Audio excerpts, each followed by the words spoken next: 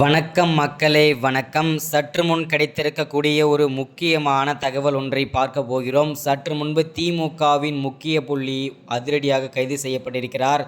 திமுகவின் கதையை முடித்த செந்தில் பாலாஜி அவர்கள் என்ன காரணத்திற்காக திமுகவின் முக்கிய புள்ளி கைது செய்யப்பட்டிருக்கிறார்? யார் அந்த திமுகவின் முக்கிய புள்ளி? திமுகவின் கதையை முடித்த செந்தில் பாலாஜி அவர் என்ன சொல்லி கொடுத்திருக்கிறார் அமலாக்கத்துறையிடம்? இதை பற்றின தெளிவான விளக்கத்தான் இந்த ஒரு வீடியோவில் தெளிவாகவும் துல்லியமாகவும் பார்க்க போகிறோம். அதற்கு முன்பு நமது சேனலுக்கு நீங்கள் புதிய பார்வையாளராக இருப்பதற்கு வாய்ப்புகள் நிறையவே இருக்கிறது. ஸோ முடிஞ்ச அளவுக்கு எல்லாரும் மறக்காமல் நமது சேனலை சப்ஸ்கிரைப் பண்ணிவிடுங்க. சப்ஸ்கிரைப் பண்ண உடனேயே பக்கத்தில் ஒரு பெல் பட்டன் வந்துடும். அதை கிளிக் பண்ணி ஆல்ன்ற ஆப்ஷனில் போட்டு வச்சுக்கோங்க. தொடர்ந்து நம்ம வீடியோ போட்டோம்னா உங்களுக்கு நோட்டிஃபிகேஷன் வந்துடும்.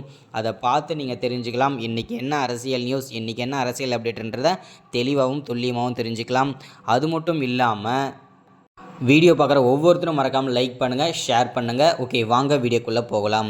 சற்று முன்பு கிடைத்திருக்கக்கூடிய ஒரு முக்கியமான பரபரப்பான அதிர்ச்சிகரமான திமுகவை பொறுத்த வரைக்கும் ஒரு சோகமான தகவல்னு கூட சொல்லலாம்.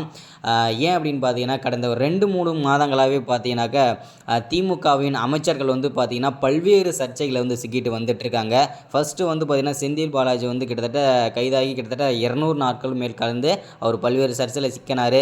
அவர் வாழ்நாள் முழுவதும் சிறையா இல்லை விடுதலை செய்யப்படுவார்ன்றது தெரியல நமக்கு. அடுத்ததாக பார்த்தீங்கன்னாக்கா ஜெகத் ரட்சகன் பல்வேறு சர்ச்சைகளை சிக்கினார். அடுத்ததாக ஏவா வேலு. ஸோ அந்த வரிசையில் தற்போது சற்று முன்பு பார்த்தீங்கன்னாக்கா திமுகவின் முக்கிய பொறுப்பில் இருந்த முன்னாள் அமைச்சரான பொன்முடி அவர்களுக்கு பார்த்தீங்கன்னாக்கா கைதாகி கிட்டத்தட்ட 2-3 வாரங்கள் ஆச்சு. அவருக்கு இறுதிக்கட்ட தீர்ப்பு பார்த்தீங்கன்னா இன்றைக்கி தான் வழங்கப்பட்டது.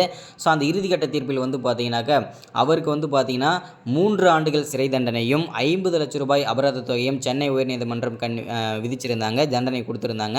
அதை மேல்முறையீட்டுக்காக கொண்டு போன அவர்கள் பொன்முடி அவர்கள் பார்த்தீங்கன்னாக்கா எதற்காக மேல்முறையை கொண்டு போகணும், அங்கேயும் பார்த்தீங்கன்னா அவருக்கு 3 ஆண்டுகள் சிறை தண்டனையும். அங்கே போனதுனால ஒரு நல்ல விஷயம் என்னென்னா அவரோட மனைவிக்கு பார்த்தீங்கன்னாக்கா சிறை தண்டனை கிடையாது, முன்னாள் அமைச்சரான பொன்முடிக்கு மட்டும்தான் சிறை தண்டனை என்றதையும் தெளிவாக உறுதிப்படுத்திட்டாங்க.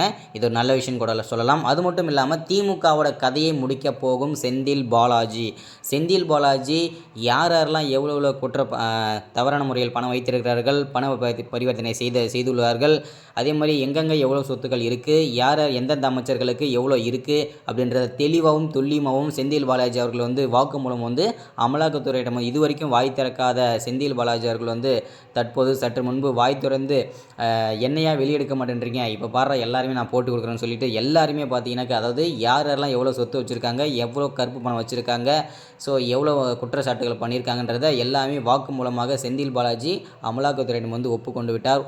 அடுத்த வேலை பார்க்கலாம். தேங்க்யூ.